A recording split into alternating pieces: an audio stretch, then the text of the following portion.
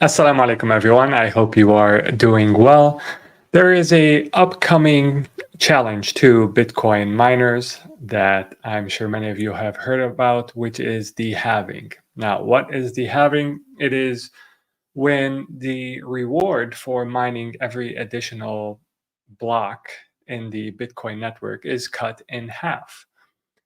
So, if I told you the reward for mining gold is going to be cut in half and you were a investor in miners of gold, this would be quite concerning to you. So rightly so, this is concerning to many investors in Bitcoin miners, the halving that is. And so in this live, what I'd like to do is go over some of the implications of the halving, which miners are actually in a good position and which miners have some to worry about. And hopefully this is ins- at least informative for you and allows you to make an intelligent decision moving forward with regards to your investing. Of course, this is not financial advice. What we're trying to do here is simply provide some information which you can process the way that you want to process it and make your decisions accordingly. All right, so without further ado, let's get started. So, the title of today is The Upcoming Challenge, which is the halving in Bitcoin, as we said. Wa alaikum salam wa rahmatullah Abdullah. So let's look at the difficulty for mining Bitcoin. So the difficulty has actually increased, and it increased to the tune of 100% just in the last 12 months. Now, the difficulty has been offset by the decrease or the increase in mining efficiency. So even though the difficulty of mining has increased by 100% on an absolute basis, because the miners themselves have become more efficient and with the advancement of mining technology, the actual cost of mining in terms of electricity consumption has only increased by around 40%. So the uh, the cost has increased, but not as much as the absolute increase in mining difficulty. Now, the Bitcoin halving, which is when as we mentioned, the reward for mining a new block is cut in half, is only 72 days away. So it's important for investors to fully grasp, what this means for their investments in Bitcoin miners. Historically speaking, and now we're approaching the fourth halving, there's a lot of history that I think it's useful for us to go over in order to predict what's just around the corner. Historically speaking, the halvings, and here on this graph, the halvings are the vertical black lines. Immediately after the halving, the mining difficulty has actually decreased.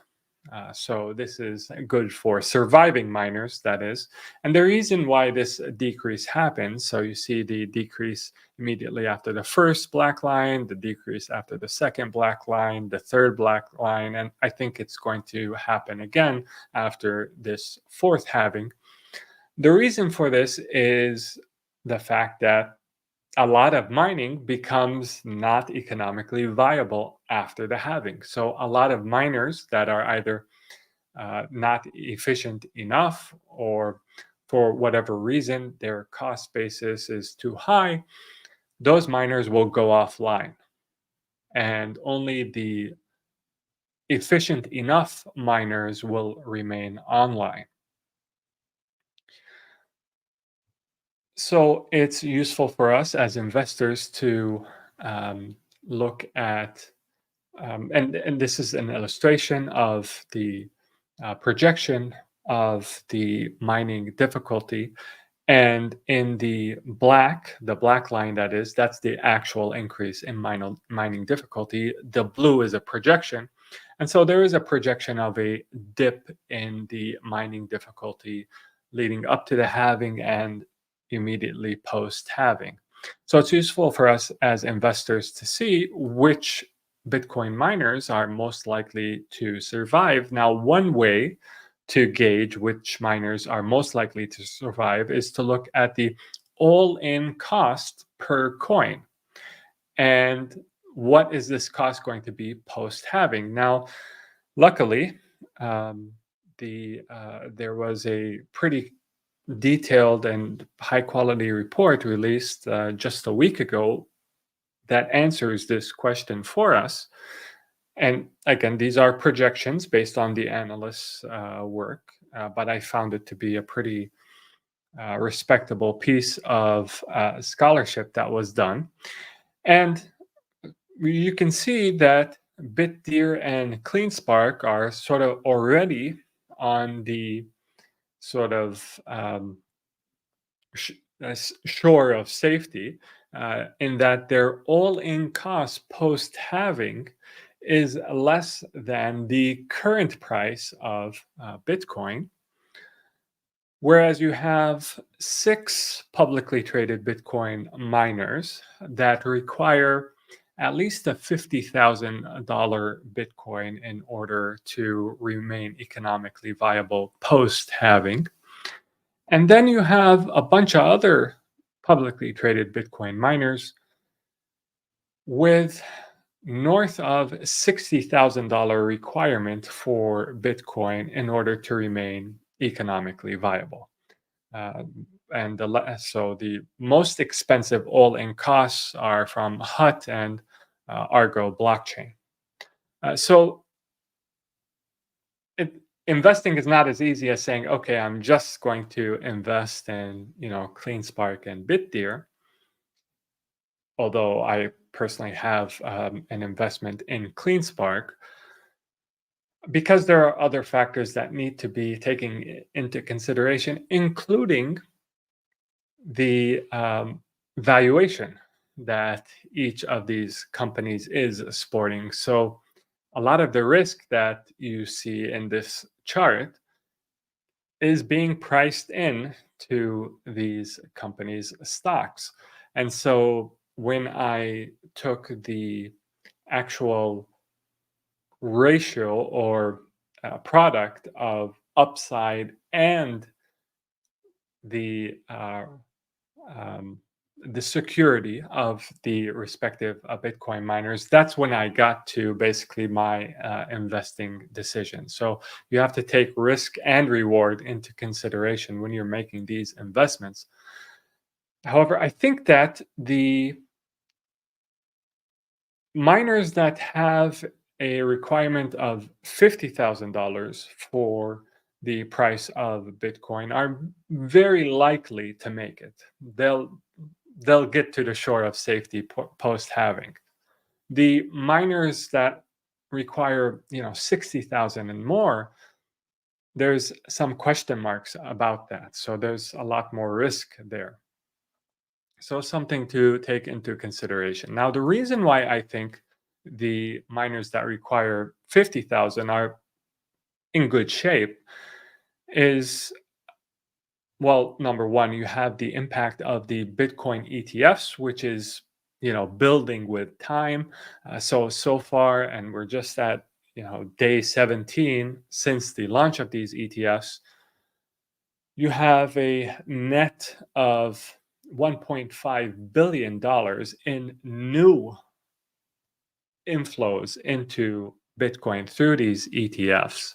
And this impact is just going to continue to compound leading up to the halving. And this gives me increased confidence that we will be at the $50,000 price mark for Bitcoin and will be probably higher than that by the time the halving rolls around. And then also we have the FOMC meeting that comes in March. So before the halving that's scheduled for April.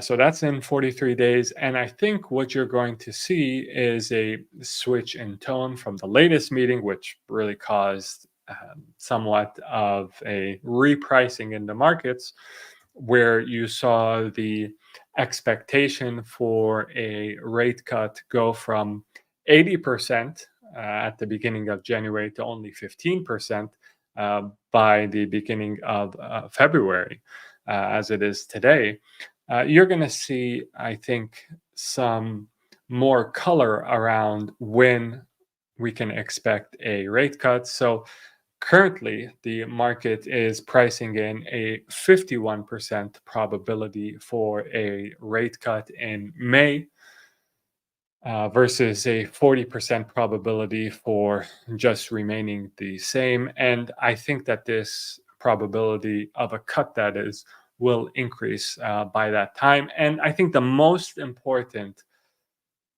determinant of the price of risk on assets is the interest rate. And so when we get some confidence, investors get increased confidence that a rate cut is coming, it's right around the corner, that's when you're going to see a turnaround in prices for a lot of these risk on assets. And considering the FOMC meeting comes before the halving, I think that there's a strong likelihood that we get that color prior to the halving, and that when the halving happens, we're north of that $50,000 price point for Bitcoin. And not only this, but if you look at the fear and greed index for crypto, we're now in neutral territory. And when we've been in neutral and fear territory, it's historically been an excellent time to be buying. Right now, Bitcoin has stayed stoutly at the between $41,000 and $43,000 mark. And so there's being at this price point when the market is in neutral territory, not in greedy territory or extreme greed territory, is very bullish in my view. So I think that for the miners, again, that have a 50,000 and below all-in cost for mining post-halving, I think those miners will make it, and a lot of them, the miners that make it, will end up buying the mining power of some of the other miners that don't make it, and will actually see some consolidation in the space. So that's my take on the halving that's coming up and its impact on Bitcoin miners, and how I see that playing out with regards to, inshallah, our investments in Bitcoin miners, and hopefully we're positioned in the right miners prior to the halving. I'll take one question from the chat. So, how do you see recent news about Elon allegedly doing drugs? Will that have a negative effect on Tesla? Well, keyword here, allegedly. I know if you remember when he was on the Joe Rogan podcast, he took a he took a uh, I guess a puff of marijuana, I guess, and that's ended up, I get, crashing the price of Tesla at the time. But I don't think this is necessarily indicative of anything, any problems that the person has. I think it was just spur of the moment thing. So no, I don't think Elon Musk is on drugs, if that's what you're asking, and therefore any impact of this would be short term. All right, thank you guys for coming. I hope you found it useful. Leave a like, I'd really appreciate that. Until next time, take care of yourself. Assalamu alaikum, and peace be upon you all.